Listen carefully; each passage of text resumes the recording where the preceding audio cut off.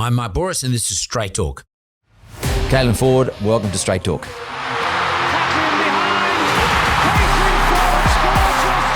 I think that's that competitive nature. I want to get the better of my opponent. If you would have asked me when I was in school having to sell chocolates to make money to go play football, I wouldn't think I would be where I am today and what I've done. This to put the Matildas one up. I think to myself, imagine the pressure that must be on them to kick that goal. I can't imagine what it's like when you knew all of Australia was watching. Does it put more edge on it? Yeah, that drives us as well now to have some silverware for our success. You said silverware, I'm looking for goldware, but I want gold as well. Yeah, exactly. Caitlin Foord, welcome to Straight Talk.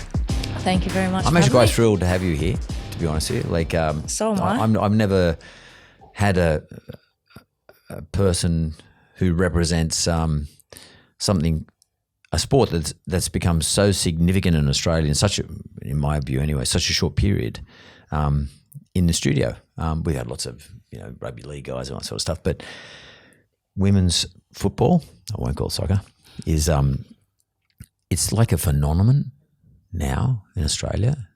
Has been since, well, in my world, I'm a rugby league dude, but has become in my world since probably the Matildas last year. It's been a big deal all of a sudden in my life, and probably everybody else's life. So thanks for coming in. It's a big thrill for me.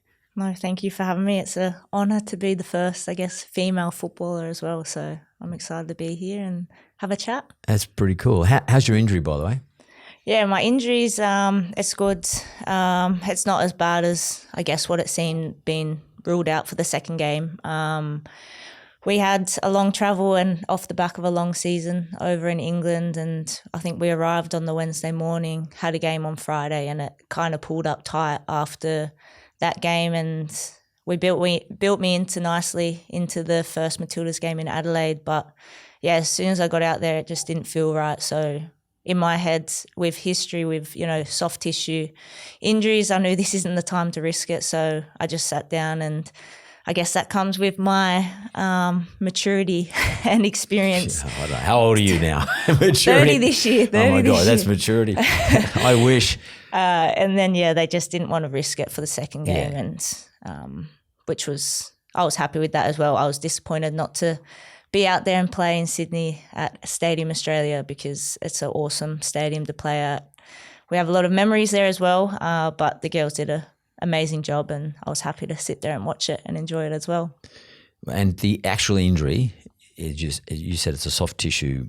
Is it a tear or is it what are we talking about here? Well, we didn't actually get me a scan because they just wanted to treat clinically how it looked, and a scan before the game wasn't going to change if I played or not anyways.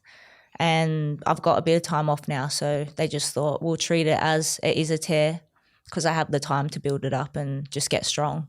And what does that mean, build it up?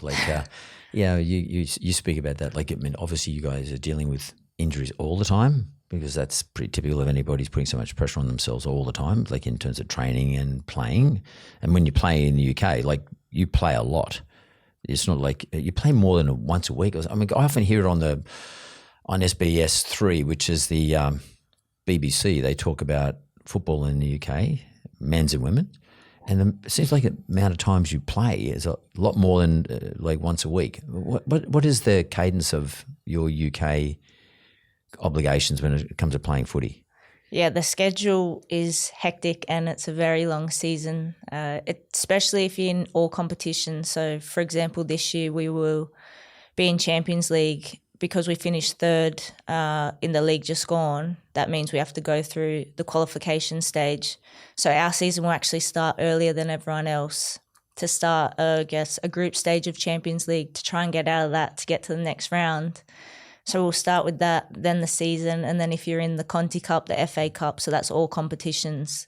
Yeah, you play on the weekend, you play midweek, play on the weekend, and that's kind of ongoing nearly every week, if not every second week. So there's a lot of games, there's a lot of minutes to be played. That's why it's nice to be at a club like Arsenal where you have so many good players and there is rotation to get through all those games, because it isn't possible.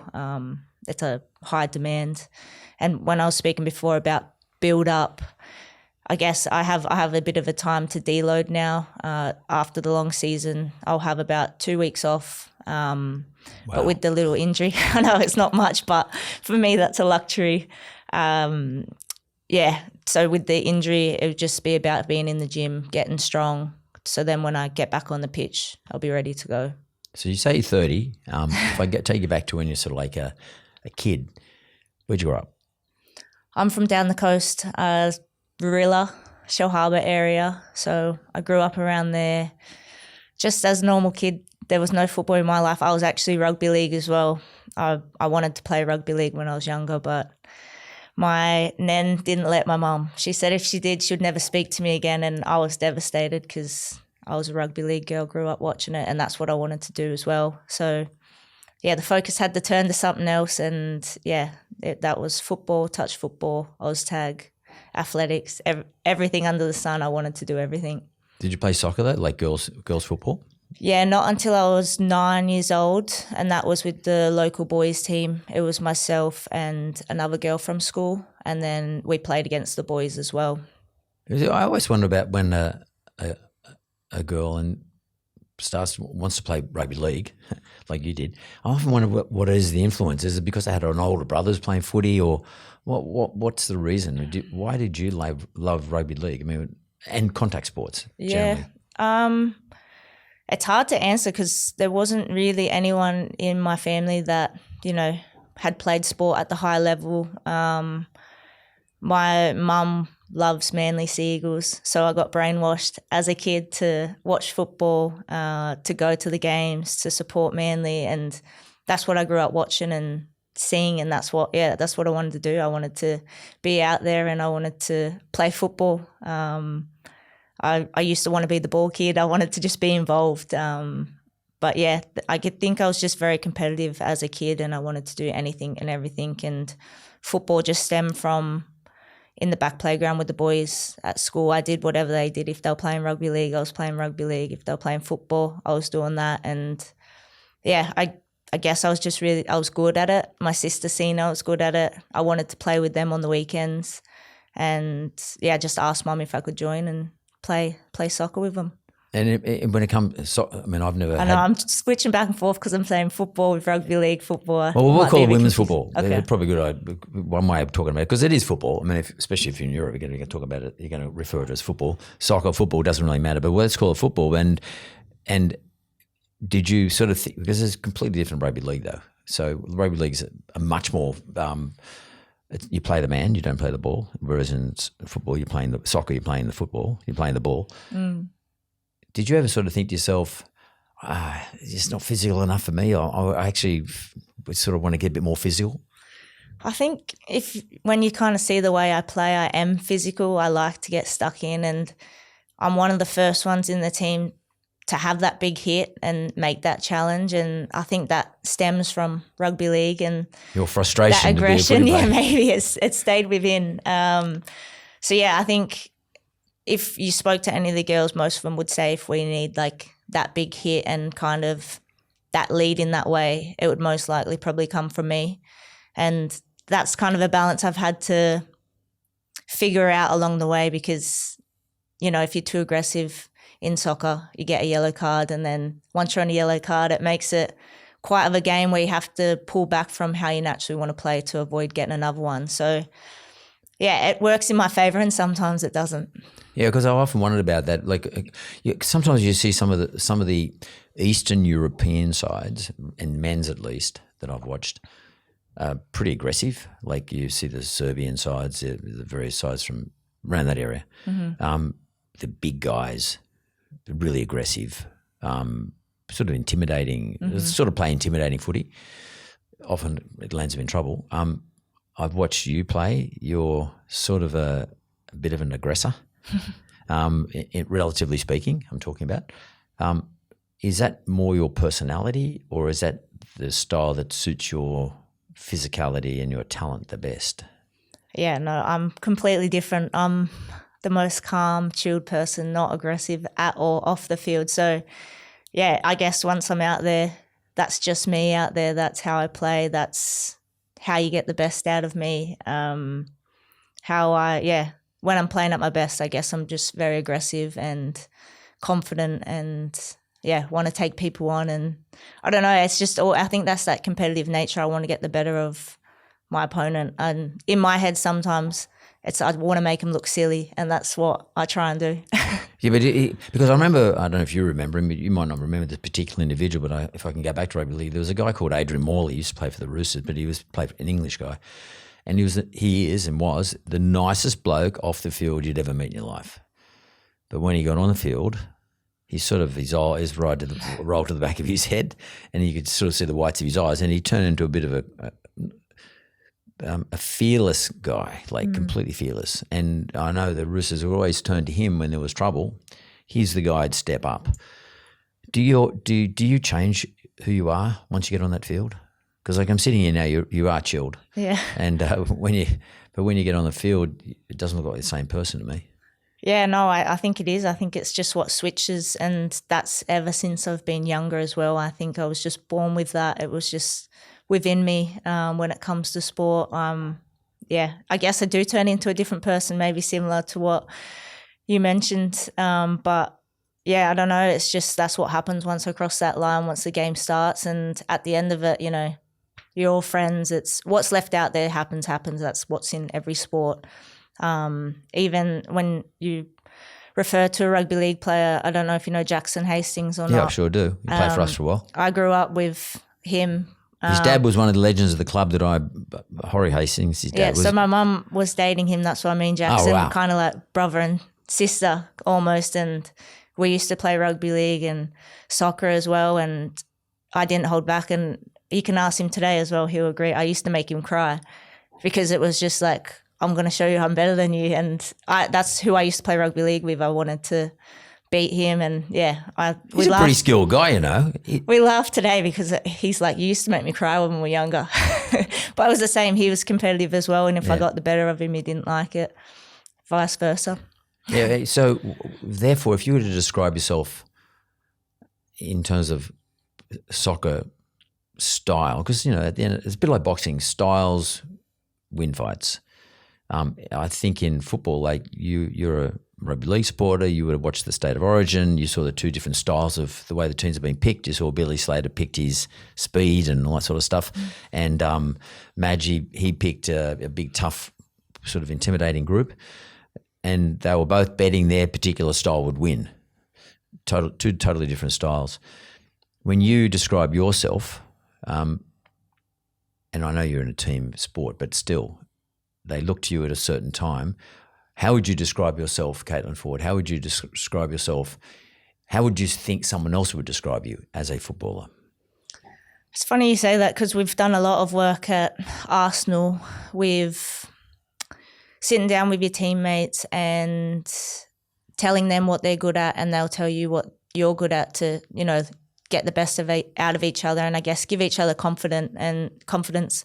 And all my teammates have said that my aggression, my 1v1 dribbling, taking players on, because 1v1 being one-on-one? One-on-one. So yep. I'm a winger on the left wing, say, and my opposite opponent is the right back. So when people can see it's just me and her, that she doesn't have any cover, they'll want to give me the ball because they know that, I don't know, 8 times out of 10, I'll probably get past them.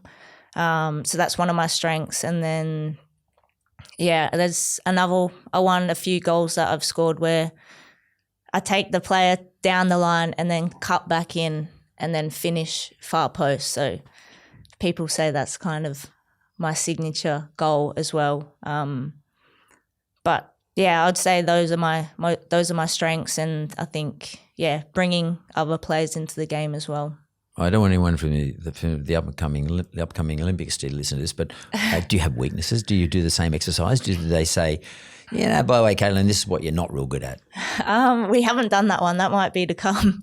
But that one I think will be harder. It's always easier telling someone what their strengths are, their weaknesses. That's a bit more difficult. But yeah, I mean, do you feel as though do you have to train to something? Is there something when you're training, when you're in your own time, are you saying to yourself, well, here's something I can get better at, and I want to get better at this from a perfectionist point of view. I want to become really good at blah blah blah, as opposed to what you're already really good at. Yeah. I mean, the first thing that pops into my mind is a penalty shootout, which everyone has seen.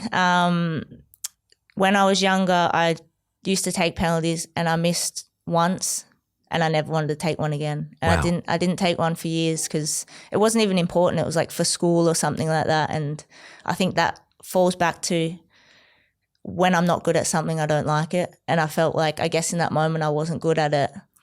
And it wasn't until the Rio 2016 Olympics, we went to a penalty shootout with Brazil. I didn't take one at the time. We lost the shootout. But it was down to me and Alana Kennedy, and we both weren't prepared for that moment. And I've never been so nervous in my whole entire life because I knew I wasn't prepared to take one. I never thought from that moment at school, I won't take one again. But there will come a time where I have to, and that was that time. And I never wanted to feel like that ever again. So after that moment, I practiced my penalty. And leading into the World Cup, we knew to go through a major tournament, to win a major tournament, you'll have to go to a penalty shootout at one point. And I never wanted to feel like that ever again. So that whole lead up, I mean, the whole team, we all practiced a penalty after every single training session with the keepers.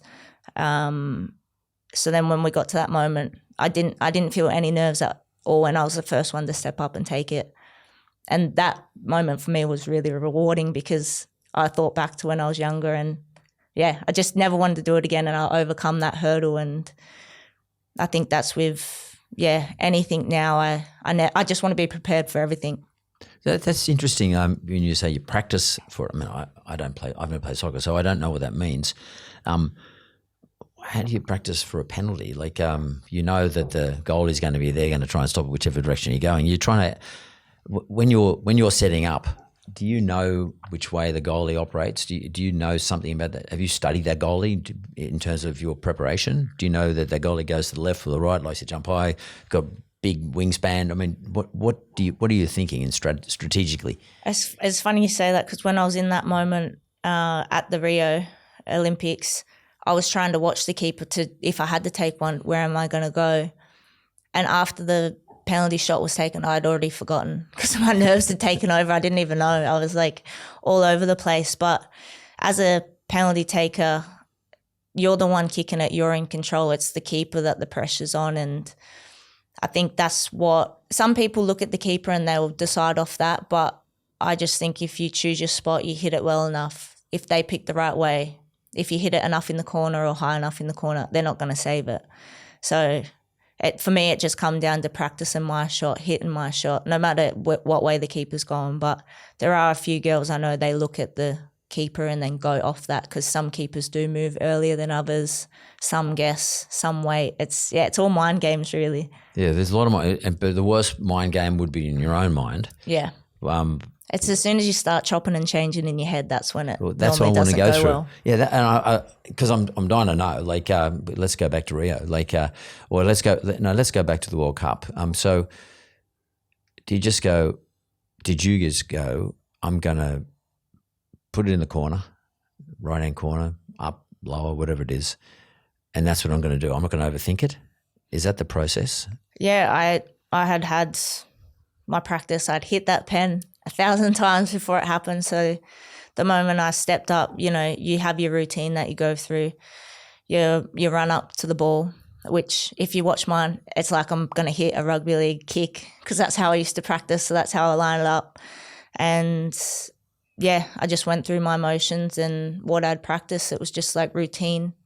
And yeah, to hit it perfectly, it was, very rewarding. And yeah, I guess a massive moment for me personally as well to have that. I mean, a lot of people didn't know the background leading into it, but for myself, that was, You got the bogey man off your back. Yeah, but as soon as the pens were gone, because it went so long, I started to get in my own head, because if it goes around everyone, it comes back to the start. Yep. And I was thinking, what am I going to do?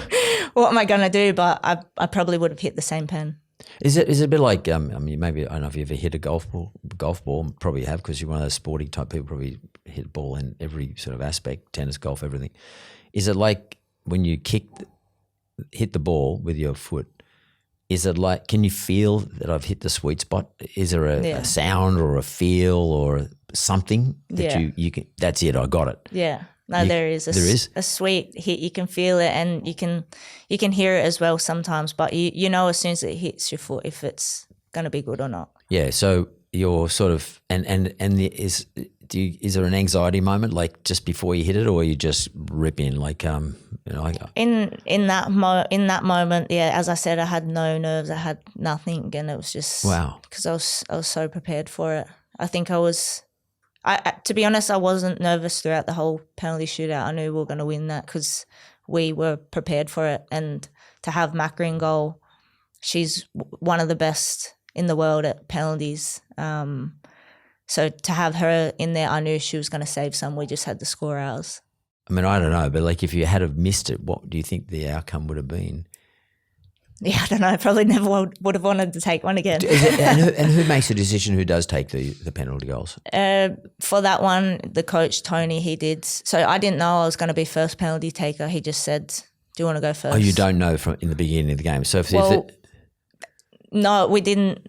I guess everyone was prepared. So, yeah, everyone would have been ready. But I didn't know until that moment when you have that little break and we get in a circle. He said, will you take the first one? And I said yes. And then he went round to everyone else, like up to 10, the order of taking pens. Yeah, but that would have been fairly sort of confronting. I mean, mind you just played 90 minutes of plus of 120 minutes. Yeah, that's right. So at that stage, you're probably nerves are all gone because you've been playing the whole time. You'd probably say, well, just let me at it. Yeah. I mean, as opposed to, my God, you're just fresh on the field. It'd be different if it was sort of at the beginning of the game. I just can't imagine the pressure that's on you because, I mean, if I just go back to rugby league games when it's like 10-all and it's like the last minute you score, you're kicking a goal, I think to myself, look at these guys, the young guys too, your age, and I think to myself, imagine the pressure that must be on them to kick that goal. Mm-hmm. And like I wouldn't be able to kick it for my life depended on it, but that sort of pressure. I can't imagine what it's like when you knew all of Australia was watching. Well, that's the thing, we didn't. You didn't know? We didn't know how many people were watching until afterwards. We knew who was in the stadium and who was watching there, but the extent of how many eyes were on it, I think maybe if I knew that I probably would have been a little bit more nervous, but it was good that we didn't know that. Can you remind me what date, what time of year was it again? When did we? The World Cup was June, July, so... Yeah. I know exactly where I was. Yeah. It's one of those moments. I was at Allianz Stadium and I was watching a rugby league game. Roosters playing, so I can't remember who we were playing. And there's no lie. Every time something happened that you guys did, the whole stadium must have been watching on their phones. And they were yelling and screaming, but it had no relevance to the game that was going on in front of us. In fact, some players looked up at the stadium a few times, what the hell, everyone's cheering, but it's just a nothing. It was just a fourth tackle, third tackle, something like that. Yeah. And everybody was cheering off their phones. And like I was sitting in a row of guys, at least three of them had their phones going and watching the game at the same time. So like diehard rugby league people, they're there for their team. Everybody across the country was watching it. I mean, you guys obviously didn't know because you're out there playing, but does that give you a higher awareness of the importance of how you guys perform, and does it put more edge on it? Yeah, it does, and I think that drives us as well now to want to have some silverware for our success. We've known for a very long time how good we are as a team, but it's now that Australia has noticed it as well, and that is off the back of the World Cup, and to have that opportunity here and be a part of that is incredible. And like you said, to have grown men that love rugby league watching us, stopping watching the footy to watch our game. And I know at the AFL they had it on the big screens, and we've seen the live sites, and then moving the news to broadcast our game. Like, it's just stuff that's unheard of. And yeah, if you would have asked me 3 years ago, I would have been like, you're making it up. That's never going to happen. So it is insane. I don't think it will really fully sink in probably until we retire and really look back on our career and see how big that moment was. You're right. It has only happened in the last couple of years. Why? I mean, what is it about the Matildas? What's changed? Nothing has changed. I think it was just to have the opportunity here in Australia. I mean, those tournaments are normally, say Rio, where Germany, like the hours of the games are at 2 a.m., 3 a.m. when they're over there, and, you don't capture as much. People just watch the highlights the next day. But to have it here, to have it in front of everyone, not only us, I know the other games as well, felt like home games for some nations as well. And that's just Australia being so multicultural, everyone got around it, and it is just such an amazing tournament. And I think, for then us to be successful along the way, you couldn't not watch. So a lot of the girls in your team, your colleagues, they play in club football like you do at Arsenal, and you get to see all the other players from around the world who make up these various teams in the UK, for example. How good are we? Yeah, we're good. I think man for man, though. Like, yeah. Are we really rated? Because only someone like you would know. You're amongst it every week. So I'd say our downfall in past years was having depth in the squad. We had, in terms of injury, you mean? No, just players to pick from. Right. I would say we had a good starting 11, 2 or 3 subs, and then, no offence, but people weren't ready, and that's, not playing in high competitions and stuff like that. And that's what we struggled with. We'd go really well through the group stage, and then when it got to the, important games, we were all exhausted. We couldn't have a rest against, say, a weaker opponent, because it wasn't an easy game for us. We had to play our strongest team every game to win. And now we can rotate players. We have the depth to, after 60 minutes, take people off, rest them for the next game because the job's done. That's just not how it was before. And I think that's the biggest change for us, for, the Matildas, to have a good squad. You can play anyone and we'll still be strong. How many people get, I think it's 24, isn't it? How many did they choose in the Olympic side? The Olympics is even smaller, so it's 18. So that's only 16 outfield players and 2 goalkeepers. And, yeah, we'll play every second day. So it's going to be an even harder schedule. The competition's over within 2 weeks. And if somebody gets injured in that squad, can you, has to go back home, for example, I don't make a silly example, does a permanent injury for the whole series, are you allowed to bring someone back in from Australia? Or that's it? We'll have 4 players that are alternates that come along. 1 will be a goalkeeper, 3 outfield players. They'll stay with us throughout the whole tournament. But the last moment you can make a change is 24 hours before the first game. After that, that's your squad. And you must that's play. It. They must play. If, you lose a player to injury, then we're 1 player less. Wow. It's very intense. That is intense. And so going back to my question before, like, you know all the girls in your side, the girls, and you probably know a lot of the girls on the other sides because they probably either play in your teams or you play against them. I mean, you're going to say yes, I guess, hopefully, but do you rank us as man for man or woman for woman as good as anybody else in the world? I do, yeah, I do. I think skill-wise, yeah. I mean, every team has, great players as well, but I think our team, on everyone's best day, we can beat anyone as individuals and a team. But that's where, to be the best, you have to be at that. And when I said before about building up and getting ready for this moment, that's where, you have to trust your teammates, because we're away from each other now. you got to trust that they're doing the work we need to do to be ready for that moment. It's easier July 1st when we all come together and we're all training together. Of course, everyone's doing it then, but you need to trust that, everyone's doing what they need to before to, make it through that tournament, because when it gets to the deeper, pointy end of the tournament, that's when it's the hardest point. So you have to be at your fittest, you have to be at your strongest to even get there. So remind me, when does the Olympics start? Is it August? Our first game's the day before the opening ceremony. So I think we are the 24th of July. Towards the end of July. And what do you do between that date?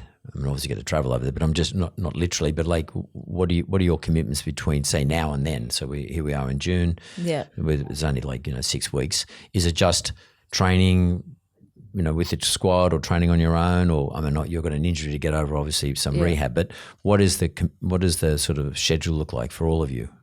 Yeah, it would be a bit individualised. I mean, myself, it kind of look like I'll have 2 weeks completely off, and then it will just be slowly building back up, like just getting moving. If it's to go for like a 5K jog, I haven't actually got my schedule yet. We need to do that when I'm in these days off. So I'll have a conversation with our S&C. He'll send me my plan, and there'll just be, gym sessions to tick off, runs to tick off, and on what days to align with what we're going to do when we get to camp, and just be a little bit ready for that to get into the football stuff. But as a footballer, regardless how much running you do, the fitness when you play is different.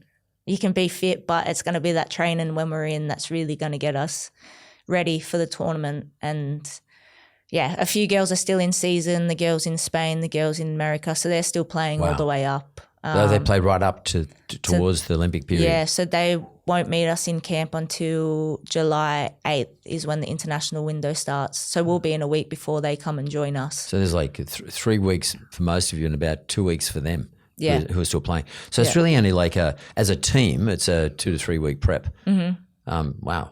So I just know if a fighter's going to fight, there's usually a 12-week prep to get ready for the fight, like fitness, sparring, blah, blah, blah. So I guess the assumption is that you guys are playing, not in your case so much, but everyone is been playing football up until that period anyway. Yeah. So at least their skill base is sort of, in tune, and their fitness should be in tune. Yeah. But as a team, you're a team sport. Just getting everybody to sort of sing off the same song sheet and sort of get used to being together again. Yeah. How hard is it to recreate that?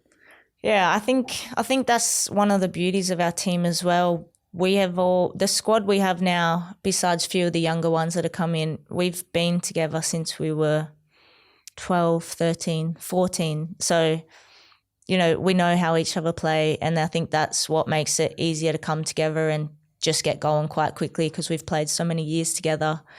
But it would be easier for me, I think, to go in, but I find it hard when, say, I'm at Arsenal, we have a different style of play, we have different values, and different, things that we follow, to then come into national team, to just have to normally switch within a couple of days, because we'll have a game in a few days. It's quite hard. So I think the girls coming from their season, they'll have less time to adjust, and it'll be harder to, we'll be a week prepped before they come in, and they'll have to catch up.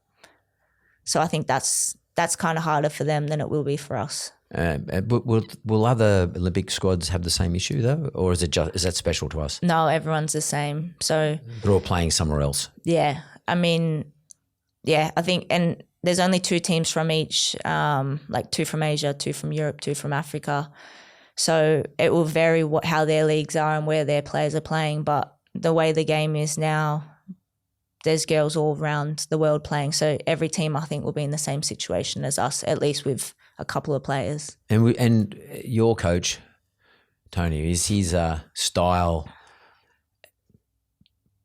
looks to me, when I was watching last year, looks to me that it looks defensive at the beginning, like quite a defensive style of football. Am I correct in saying that? Is that the style of play that the Matildas play, defensive footy? Yeah, Tony's very tactical, and what does that mean though?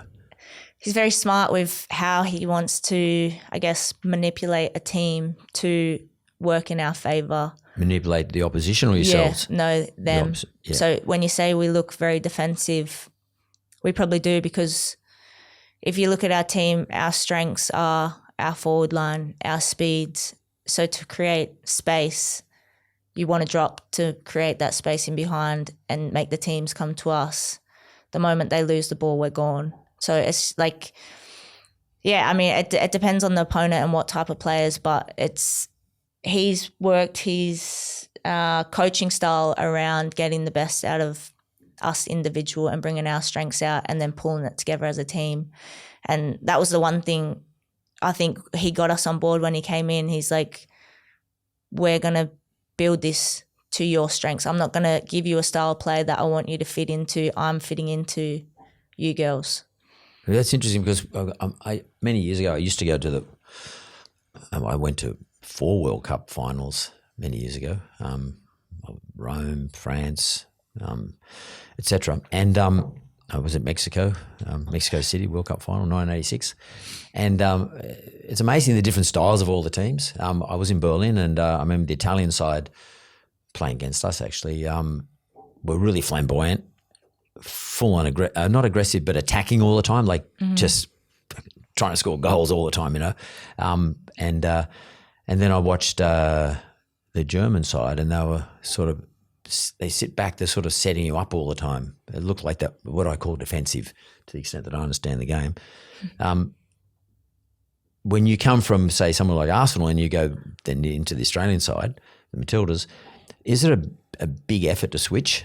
Because, you know, if there's different styles of playing in the team, from Arsenal, say, to the Matildas, is that a big switch for you?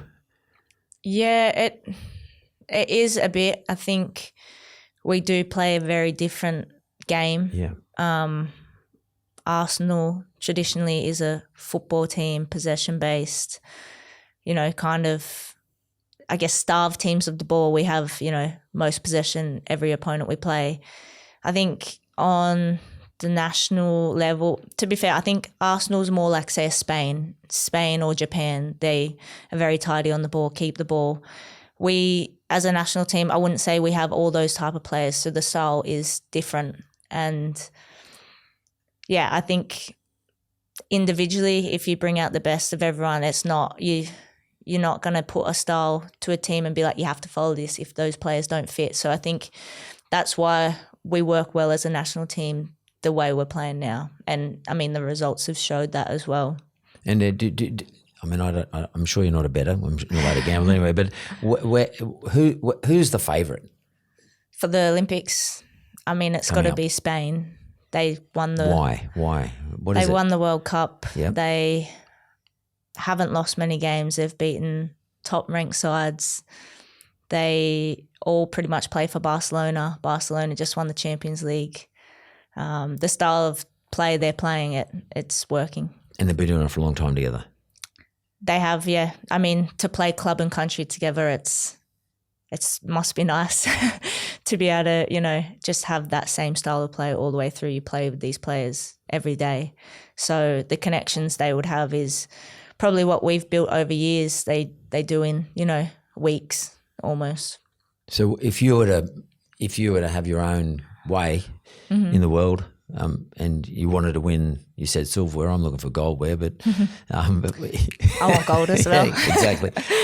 If you were to have your own way and you were able to cast a spell over everything and said, "Look, this is the way I'd like our team to be prepared," is that Spanish Barcelona connection? Is that the way you would like to see us play and prepare as an Australian team? In other words, we, Australia, play, or Sydney or whatever it is, the capital of Spain is Barcelona or whatever it is. It's Madrid actually, I think, but it doesn't matter. Barcelona is one of the big cities, and there's a team called Barcelona. So the way they play in their league, and then they just transport that straight into the Spanish side. Would you like to have that in Australia, in our environment?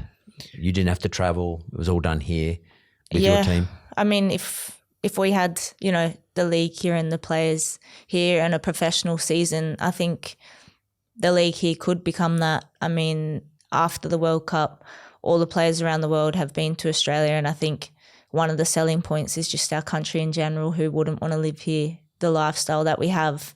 And for us as well, that's what we miss the most when we come back, and how nice that would be to be able to have that. And I mean, the hopes are that we do have that one day, and I mean, why could we not have one of the best leagues in the world with, you know, the World Cup showcase that. So I think if the game can go there here, then, yeah, I can't see why we couldn't have that. Why do you think it is Australia, for a relatively speaking small country, why is it we seem to outperform in our sport relative to the rest of the world compared to, say, the number of people they have in their country? Like, you know, we outperform in boxing, we outperform in swimming, we outperform now in women's soccer, we outperform obviously in rugby union, rugby league, relative to our size. Probably the only thing we don't outperform in is track and field, but just about every other sport we do. Why do you think that is?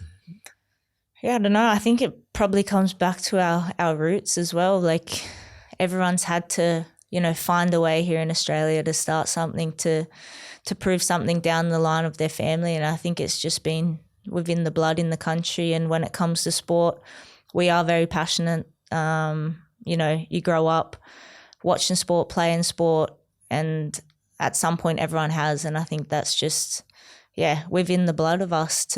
We love a sporting team, we love a winning team. You want to be a part of a winning team. Yeah, I think it's just, we're born with that drive. We seem to compete globally well above our weight division, but I think there's something genetic in Australia. Maybe it's our multiculturalism as well. I mean, I was just thinking about your surname. Your surname is not Ford. No, it's Ford. So is that like has Dutch roots or something like that?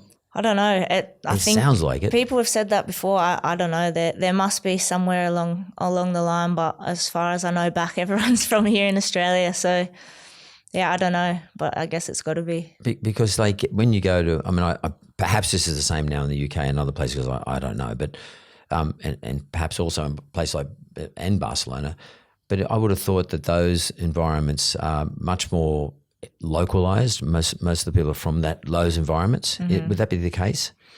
What we've other clubs around the world as opposed to here in Australia. So you know, we're very multicultural, but a lot of other places are just mostly Spanish or just mostly South American or Brazilian or mostly English or Irish or whatever they are. Yeah. What is it like in those clubs around the world? I mean, I don't know. I haven't been to, like, say, the Spains or French leagues or anything like that, but you can see, I mean, hear from the girls that are there as well, like when they're there, it's a very Spanish way, it's a very French way, it's a very German way. How they do things in their country, it's that way and that's it.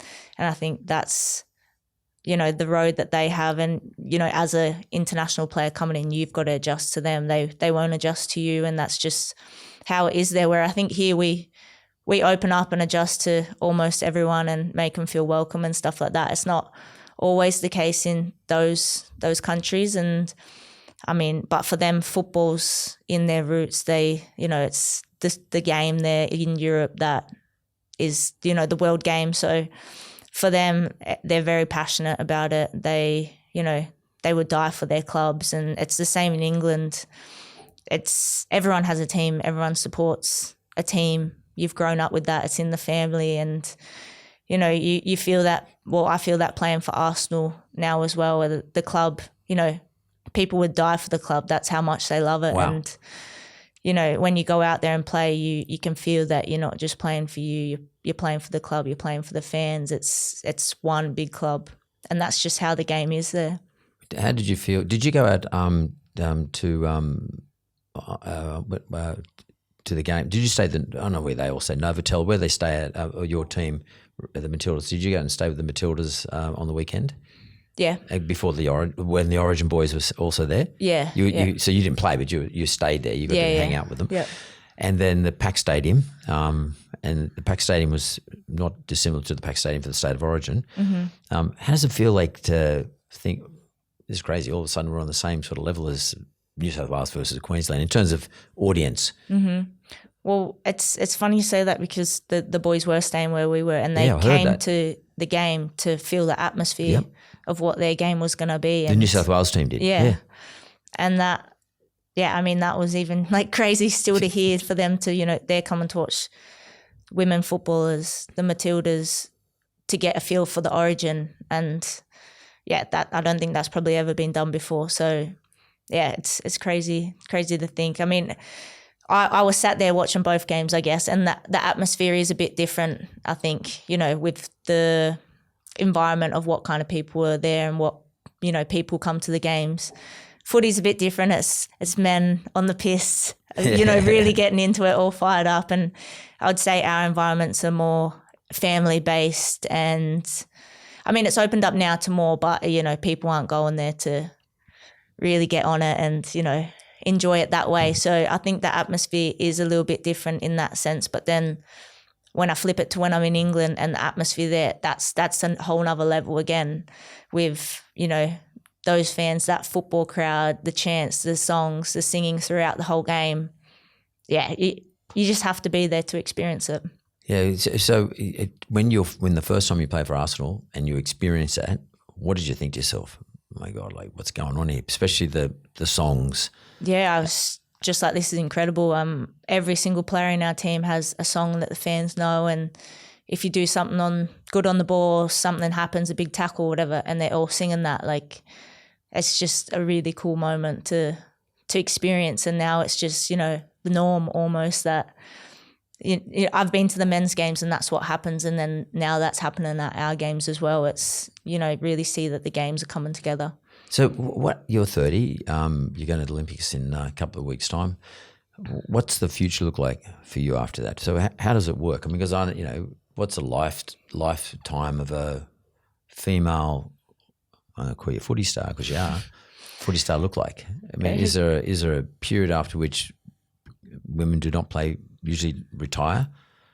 What's that look like? Yeah, it's hard to say. I think it just depends on your body. I'd say the average age that players play to is maybe 34, 35, but it has increased recently. Us, for example, she's not in the squad because she's injured, but a girl called Ivy Lewick, she's 38 and she's still playing, and she's probably one of the fittest people in our team. So I think it just depends on your body. I mean, I don't know how long I'll play for. I mean, I've been in the national team setup and since I was 16, so I think I started probably earlier than I should have, so I don't know if that means I'll go as long or not. But more than half your life. Yeah. But I mean, I have 2 more years on my contract at Arsenal. I feel in the best form and that I have my whole career. So, I will play as long as I feel my body can take it. Yeah, because that's what I wanted to ask you. Like, at what point, or how important is it for you now to look at, this is not something I've always wanted to do, but this is now a career. Mm-hmm. This is where I earn my money. This is what I'm going to, you know, and at some stage I'm going to retire and I've got to get myself set for the future. How important is it for you to go about this like in a business-like manner, like actually treat this as your business?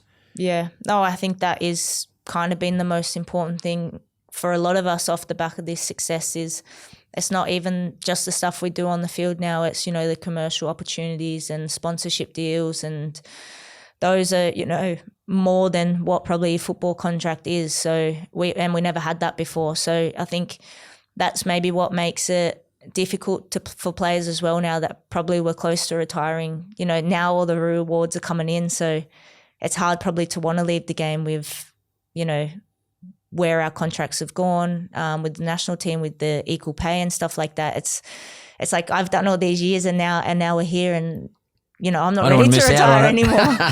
So I think, that's. Oh my God, I don't want to retire. No, I've been going through the hard yards, and they're all going to come and take control of the sponsorships. Yeah. So, like, because a lot of that stuff would be new to you. Mm-hmm. You know, like you're now not just a great sports star, but you now have to become a business person. How do you deal with that? Do you get advice? Do you seek management? How's that all work? Yeah, no, if we do have management, I mean, I think everyone has to have it now. I mean, as we've seen the demand as well, and one of the biggest changes is like you don't really feel like you can go anywhere without being noticed, and that's just having more eyes on the game, and the Matildas as well. And this is the success we want, and this is what we've always wanted, and now it's just having, you know, the support that we need to to help continue through that. And I think one of the biggest things for me, which I've found hard, is at the games it's very overwhelming at the end with, it's not just kids screaming, it's kind of like people in their 20s and stuff like that. It is really overwhelming, and people almost expect you to just be available because we always were before, and it's not like that anymore. And yeah, I think that's what I've found hardest with what the changes happened. In terms of being available, do you mean like for media interviews, or for just somebody standing there wants a photograph or a chat? Yeah, it's just, I think before, like, there weren't as many people, there weren't as many fans, so you almost probably could get around to almost everyone. It's impossible now, and to leave and to feel like you're disappointing people almost, because that's how crazy it is when people are screaming at you and throwing stuff at you. And like, yeah, it's you want to get around to almost all the little kids, because they're the ones that are going to dream to be that. I mean, not to say the older ones are as well, but it's just really hard, I feel like, to manage. And I think from a media point of view as well, it's everyone used to have access to it, us now, and they probably still think they do. And if they don't, they're like, well, why not?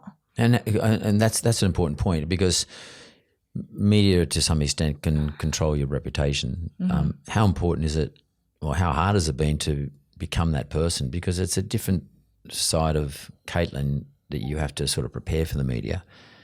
You don't want your whole private world to just to appear somewhere on the front pages, because you've got to keep something to yourself. But at the same time, if you're not prepared to talk or open up, the media sort of can close in on you pretty hard. Mm-hmm. They actually go hunting for things. How do you deal with that? Like, how do you feel about that? I think that's probably I would say the worst thing that comes with it is you don't really have a personal life with social media and stuff like that now. Everyone's got a phone. They don't miss a moment on the pitch, or so if you were to do one thing, and I mean, who's to say that someone's not in a bad mood or something's happened and they're just not feeling it that day, and something out of character happens, like you said, the media can take that and run with it. And I think that is the hardest thing when it comes to the popularity of the Matildas and being in the spotlight almost, that these are the things that do come with it now. And you do have to watch what you do and what you say. And yeah, I don't know, it's just one step wrong and that's the headlines, like you said. Because that can become your business case for a sponsor. Mm-hmm. Or it can become the reason why your sponsor doesn't want to sponsor you anymore. Yeah. And it's sort of put some more pressure on you. You already got pressure on you to play well for your team, mm-hmm. and for yourself. But there's also more pressure on you to act a certain way. Mm-hmm. And particularly if it's not natural. I mean, the boys seem to get away with it because, I don't know, it's sort of semi-expected. Footy boys. And, it shouldn't be, but it is sort of expected. But then the girls, I think there's a sense that it's not expected. I don't know why that's the case. It's a bit, doesn't make sense to me. But anyway, because my understanding of women, they're just as crazy as the boys. Boys and girls We're are just the same. Smarter. Definitely much smarter. But yeah, correct. We go about things more cleverly, but also you have each other's back. Yeah. You're better at having each other's back. Boys don't even think about each other. They're just fucking doing stupid shit. Is that because, if you do one wrong thing or say one wrong thing, and what someone else assumes is wrong, might not be wrong for you, but makes a judgment on it, it can affect your financial career basically, mm-hmm. for the next couple of years, and also maybe a renewal with a club and a renewal with a sponsor. And if you want to get to 35, because it's a short period, particularly more short for you because you've come into this environment later in your career. In other words, the environment's become very lucrative, mm-hmm. later in your career compared to, say, when you're 20. 20-year-olds coming in today are going to have a much better run, longer run. Yeah. Do you think about that stuff? Like, I just got to be careful. I got to do this and I got to do that, and I shouldn't be there and I shouldn't go to that. I shouldn't be seen with a glass of, bourbon and Coke in my hand. If that's what your favorite drink is, I don't know what it is. You don't even know if you drink. But do you think think about those constraints? A little bit, I think. I mean, at the same time, you do want to live your life, and if things don't align with certain sponsorships and stuff like that, I feel like, well, that wasn't a deal for me anyways, you know what I mean? So And I don't know, I think it's kind of, in a way, Australian culture is a bit laid back. Like, they would expect you to have a drink. They would expect you to enjoy yourself, where I think we're lucky with that side of things. A lot of other countries don't seem as laid back, and they wouldn't probably get away with something like that, or it'd be normal. So I think our culture is much more relaxed, but then there are certain things that, like you've said before, the media do look for things. They love a headline, and they love a star to be in the headline. So you definitely do have to watch out for those things. But at the same time, I'm going to live my life the way and my values, and I think they're okay. So if that was to turn another way, then that would be that. Yeah, but I don't think it will. I think I'll be all right. Yes, and can I just, one final thing I'd like to ask you is, little kids, little girls and boys, they all have the Matildas. Like, I don't want to overread this, but seriously, they love the Matildas. It's like, I don't know, it's like a movie or something for them, especially what happened last year. But and that's going to continue on, selling out crowds. I mean, as you said, little kids are probably your biggest fans, either individually or as a team. Mm-hmm. Do you think that that's going to encourage young women, young girls to start to play female soccer in this country? Yeah, I think it already has, from what we've seen with the numbers of, participation. The numbers have skyrocketed, and I think it's exciting for women's football. I mean, to have more players playing, more girls to choose from, it's only going to benefit the national team in the long run, to have more talent coming through, to get those girls, I guess, that probably would have been missed if they didn't have a role model and a vision in front of them to look up to. And I think that's probably going to be one of the biggest things that we'll all be proud of once we do retire, to know that impact that we have had on the game here in Australia. And it's not just girls, it's boys as well.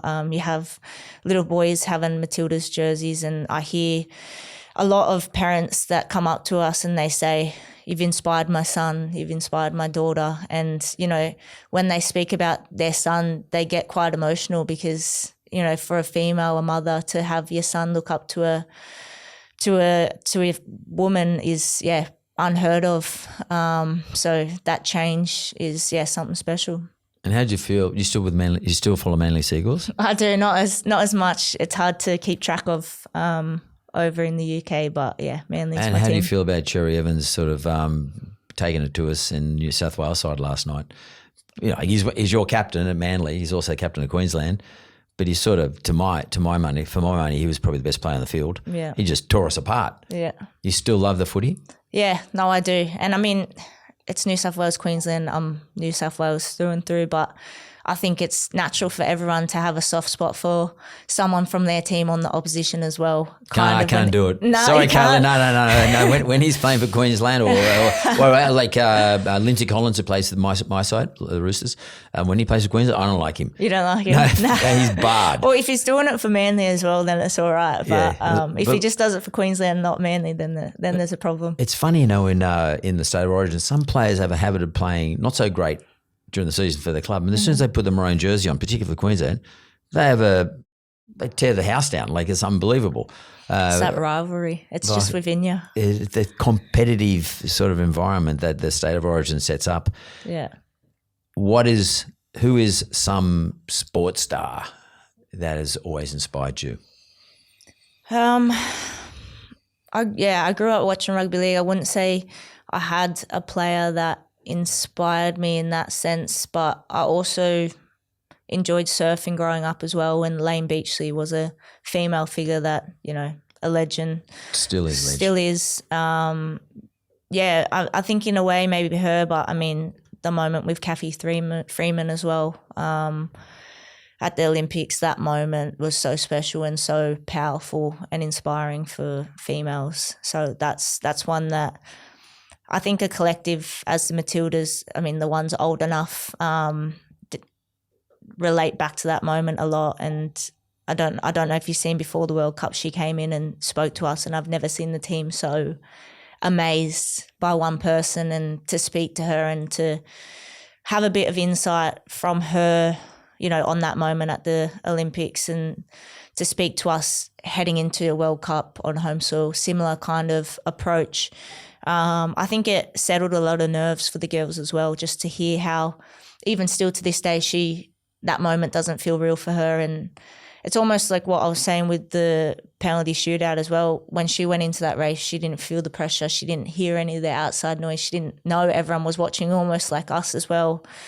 It is when you're in the zone and you have that focus and that goal that nothing else matters. You do whatever it takes to get there. And maybe hearing that from her as well helped us all throughout that campaign, and it will moving forward into the Olympics as well. Yeah, it's amazing how someone like that can inspire. It inspires me. I was at there when she ran the race, and I was at the stadium, and watching her come down the straight and with her outfit on, like, it was just so iconic. Yeah. And for her then to go and talk to you guys, what you don't realise is some stage you'll be talking to somebody else. You're the new iconic team. You're the Cathy Freeman, but in a team sense. Yeah. The Matildas is that, and the Matildas are going for a long, long time, forever. But the current Matildas, the one who got us to where we are now, is so iconic that you now have the baton to pass on. Do you understand, or do you feel a sort of level of responsibility of paying forward what someone like Cathy Freeman gave you and what the Matildas now are giving to everyone else in Australia? Yeah, I guess. I mean, even like when we were speaking to her, like, you know, it's the same. You've said to me how amazing the World Cup was and how amazing it is what we're doing for everyone here in Australia. But at the same time, I relate to Cathy, what she said to us, and when she said this, we were all kind of taken back. But after that race, she was disappointed because she didn't run the time she wanted to run.